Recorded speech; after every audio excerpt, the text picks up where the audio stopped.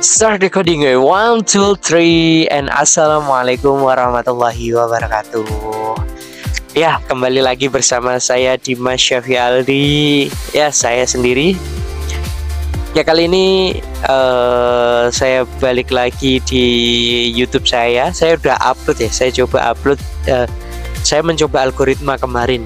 Bagaimana cara mendapatkan cara membuat surat lamaran kerja menggunakan ChatGPT. Nah, sekarang kemarin lagi saya live streaming pakai PC seadanya ini. It's not bad lah, tapi ya bagus juga buat saya sendiri. Tapi ya ada juga yang nonton sekitar 3 atau 5 orang di live itu, cukup oke. Nah, kali ini saya akan membahas ya, karena saya sendiri di sini sebagai seorang lulusan kesehatan masyarakat dengan gelar SKM ya, saya akan membahas apa itu jurusan kesehatan masyarakat di sini. Ini untuk teman-teman semua yang akan memulai karir di bidang kesehatan masyarakat atau mungkin di bidang ini, maksudnya masih bingung antara perawat atau bidan atau kesehatan masyarakat atau yang apa lain atau gizi atau yang lainnya. It's fine. Oke, sekali ini saya akan menjelaskan tentang jurusan saya sendiri. Saya merupakan lulusan S1 Kesehatan Masyarakat dari salah satu kampus swasta cukup terkenal di Surabaya. Cukup bagus juga, akreditasinya unggul, dan saya lulus dengan IPK 3,98. WhatsApp yo. Ya, IPK yang teman-teman ya mungkin bisa ya dapetin segitu. Saya BTW saya juga kuliah sambil usaha, menjalankan beberapa usaha. Saya juga menjalani sebagai asdos di sana dan saya masih dapat IPK segitu. It's fine to be me. Lanjut. Ya, pendahuluannya yaitu ilmu kesehatan masyarakat adalah bidang yang berfokus pada upaya pencegahan penyakit. Oke, pencegahan penyakit, peningkatan kesehatan dan kesejahteraan masyarakat secara keseluruhan. Kenapa kita di program pencegahan penyakit? Ya, karena kita itu kesehatan masyarakat itu sebagai agen preventif dan promotif. Jadi preventif itu pencegahan penyakit, promotif juga pencegahan lewat promosi yang ada, entah itu lewat video ataupun poster ataupun yang lainnya. Jadi di bagian promotif kita juga pencegahan, entah itu lewat kita penyuluhan atau yang lain-lain. Jadi di situ di sini correct me if I'm wrong. Jadi jika ada kata yang salah kita diskusikan aja gitu. Oke. Ya, saya belum bilang itu ya di depan. Juga peningkatan kesehatan. Jadi kita melihat peningkatan kesehatan atau derajat kesehatan secara keseluruhan, kesejahteraan masyarakat secara keseluruhan. Kita fokusnya bukan individu, tapi kita sebagai kesehatan masyarakat fokusnya dalam bidang di masyarakat atau populasi pada umumnya. Jadi bukan satu orang. Jadi kita itu nakes, bukan medis. Kita tidak memegang pasien satu-satu, tapi kita memegang secara keseluruhan. Di situ bedanya. Kita tidak bisa mengobati pasien, kita tidak bisa itu. Kita juga tidak bisa yang lainnya ya, misal kayak seperti perawat, masang infus dan lain-lain. Kalau misal kayak Nancy tahu cara Nancy dan lain-lain, atau tahu cara cek gula darah, kolesterol dan lain-lain, itu bisa aja tahu. Tapi kalau untuk kegiatan lebih dari itu atau suntik menyuntik, kita tidak memegang itu. Kalau untuk sekedar penanganan pertama kita nggak apa-apa, tapi kalau untuk selanjutnya itu bukan tugas kita, karena tugas kita berfokus pada preventif dan promotif. Itu tadi mempunyai banyak peminatan yang dapat disesuaikan dengan minat dan keterampilan individu. Yaps, benar. Jadi nanti kalian di semester 4 ataupun 5 ataupun 3 ada beberapa univ yang menyatakan tentang itu. Nah, itu juga banyak juga minatnya atau keterampilannya juga. Nah, apa saja sih peminatannya? Kita bahas di sini. Oke. Peminatan dalam ilmu kesehatan masyarakat. Namanya biasanya ada ilmu kesehatan masyarakat atau kesehatan masyarakat aja juga ada di situ biasanya kalau kalian teman-teman yang S1. Di sana ada biostatistika biostatistika dan kependudukan. Ada juga sistem informasi kesehatan atau SIK. Nah, di sini juga biasanya digabung menjadi satu karena rumpun ilmunya itu mirip sekali. Ya, tentang analisa data kesehatan di biostatistika, terus kependudukan juga biasanya juga menganalisa data juga tentang kependudukan, populasi, bagaimana, terus dan SIK juga biasanya juga berhubungan dengan data kesehatan. Nah, biasanya ini jadi satu rumpun ilmu ya. Kalau misal di peminatan itu ada juga yang dipecah-pecah tergantung universitas yang kalian ambil, tapi biasanya jadi satu untuk di situ.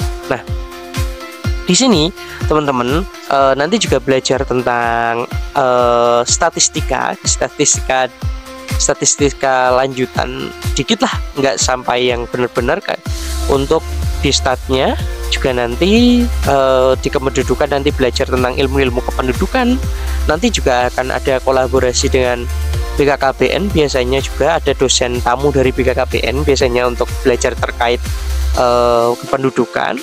Terus juga ada SIK-nya. SIK nanti belajar tentang sistem informasi kesehatan.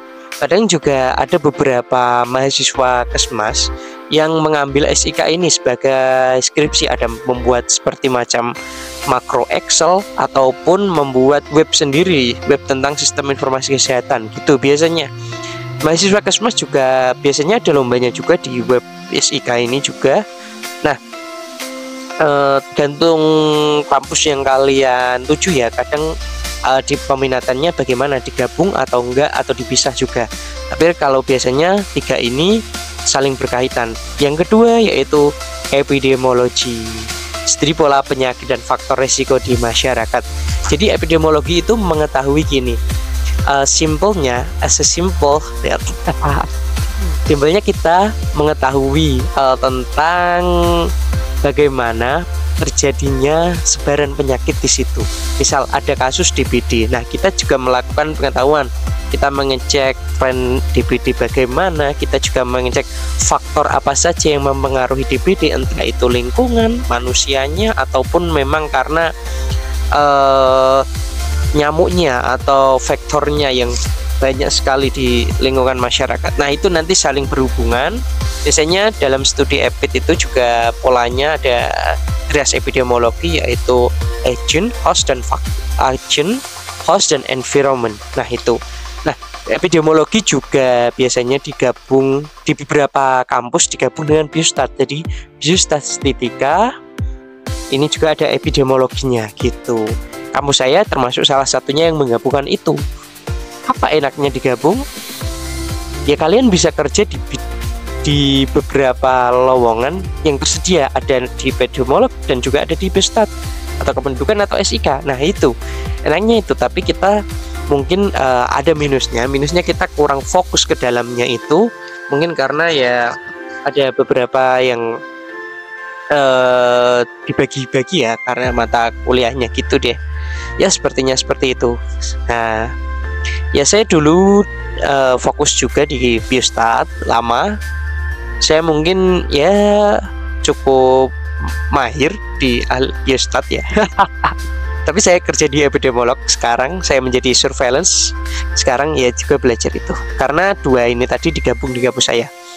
Yang selanjutnya ada kesehatan masyarakat, kesehatan lingkungan, pengaruh lingkungan terhadap kesehatan manusia. Nah, ini nanti kalian kesling, ini lebih ke terkait keslingnya terhadap lingkungan di masyarakat gitu. Jadi penyuluhan tentang kesehatan lingkungan dan lain-lain. Jadi lebih ke itu. Bedanya sama kesling yang terapan ya itu tadi. Tapi juga di beberapa kampus ada juga yang keslingnya itu juga dijadikan kayak seperti mirip terapan. Jadi juga melihat cara mengukur apa suhu air atau yang lainnya, ya itulah pokoknya ya. Jadi ya tetap aja bisa melihat tentang kesehatan lingkungan di situ, dan juga kalian juga akan dibekali dengan ilmu promosi tadi, bagaimana kita cara menjaga lingkungan sekitar kita gitu. Yang keempat yaitu promosi kesehatan dan ilmu perilaku. Nah, edukasi ini promosi kesehatan ya, edukasi dan perubahan perilaku masyarakat ini ya seperti itu. Kita kadang di masyarakat diberikan promosi, bagaimana cara promosi yang benar, bagaimana cara deep talk atau deep talk dengan masyarakat yang banyak. Jadi perbedaannya satu, tenaga medis lain dan tenaga kesehatan masyarakat. Kalian tenaga kesehatan masyarakat, public speakingnya harus bagus teman-teman. Menurut saya gitu. Kalian harus satu langkah di lain tenaga medis, misalnya dokter, perawat, atau farmasi atau yang lain. Karena kita memang basicnya di promosi, kita basicnya di public speaking. Lain itu setelah di public speakingnya bagus, kita bisa melakukan edukasi dengan bagus. Karena kata-kata kita akan merubah perilaku masyarakat ini tadi. Ya, seperti itu untuk ilmu promosi kesehatan dan perilaku ini.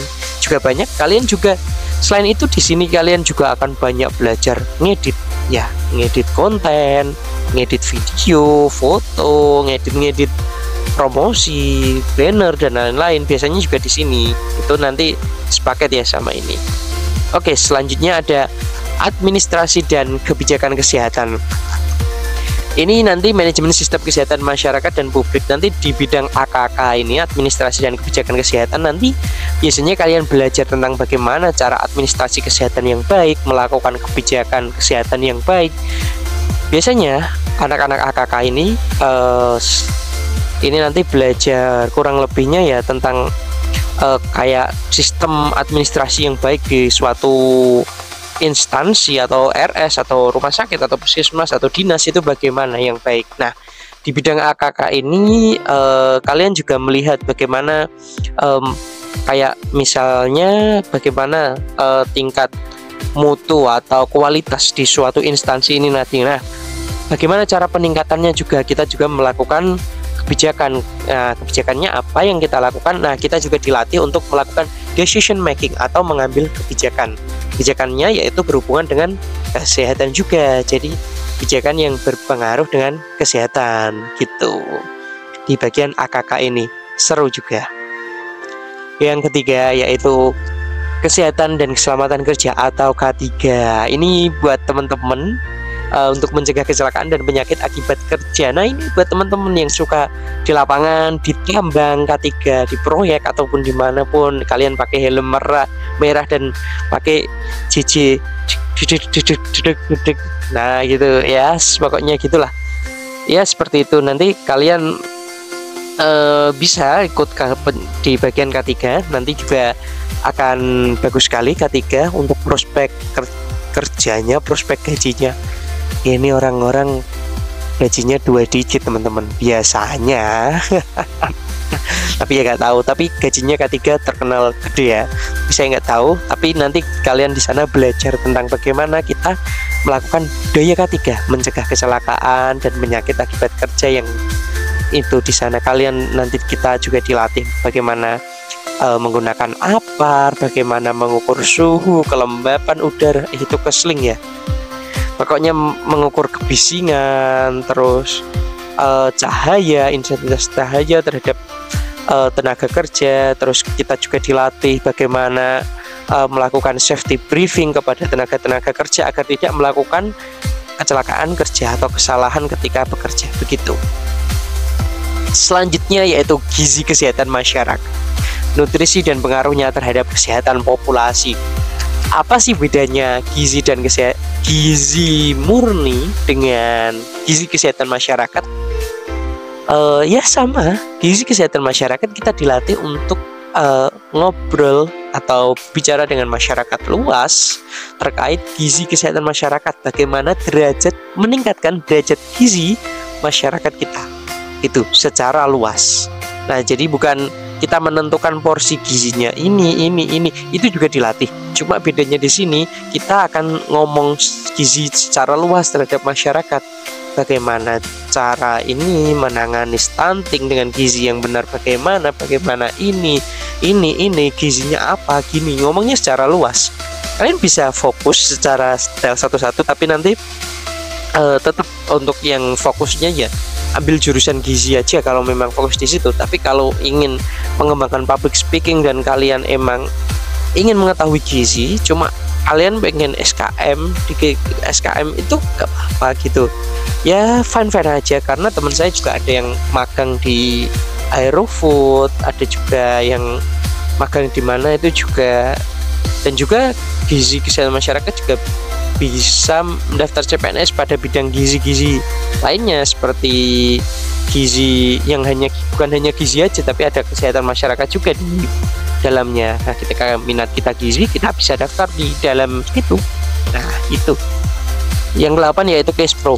Nah, terakhir ini Case Pro sama promosi kesehatan biasanya hampir mirip ya, dijadikan satu atau enggak gitu, dipisah tergantung kampusnya juga. Kalau kampus saya dijadikan satu gitu. Nah, nanti juga kita belajar tentang kesehatan ibu, anak, dan sistem reproduksi. Nah, ini nanti fokusnya di bagian reproduksi. Dulu namanya KIA, kesehatan ibu dan anak. Sekarang ganti nama jadi kesehatan reproduksi. Nanti kita belajar bagaimana bagaimana menyehatkan ibu, anak, dan lain-lain. Apa bedanya dengan bidan? Sama, di public speaking bidan juga berbicara, kita juga berbicara. Nah, kita lebih ke keseluruhan, secara menyeluruh, bagaimana kita dari mulai pencegahannya, dari mulai awal reproduksi, dari mulai masih remaja, pendidikan masa remaja sampai udah nikah nanti. Jadi sebelum nikah, sebelum nikah atau setelah nikah. Nah, ini wajib penyuluhan Case Pro ini gitu, untuk menjaga semuanya. Kalau bidan ya mungkin saat setelah nikah ataupun hamil. Nah, sebelum nikah ini fokusnya di kesehatan masyarakat. Biasanya di BKKBN itu ada juga untuk penyuluhan bagaimana sebelum nikah, catin atau calon pengantin itu bagaimana nanti juga. Nah, ini studinya juga belajar di situ juga terkait itu. Oke, mungkin itu saja dari saya. Terima kasih. Saya Dimas Syafi Aldi. Ya, ini saya gini kan, sorry agak blur ya teman-teman. Emang ini pakai kamera laptop, ya nggak apa-apa. Ya, nanti kalau teman-teman mau nyumbang kamera atau HP iPad, link di bawah saya taruh. Ayo sumbang saya buat kayak atau mau bantu renovasi rumah saya ini, ya silakan saja ya. Seperti ini rumah saya ya. Oke, thank you, terima kasih semuanya, semoga ini cukup membantu. Silakan belajar lagi, kalau ada yang mau ditanyakan komentar saja, share, like, and comment di kolom komentar. Komen tanya-tanya aja nggak apa-apa, it's okay to be fine, and thank you. Assalamualaikum warahmatullahi wabarakatuh.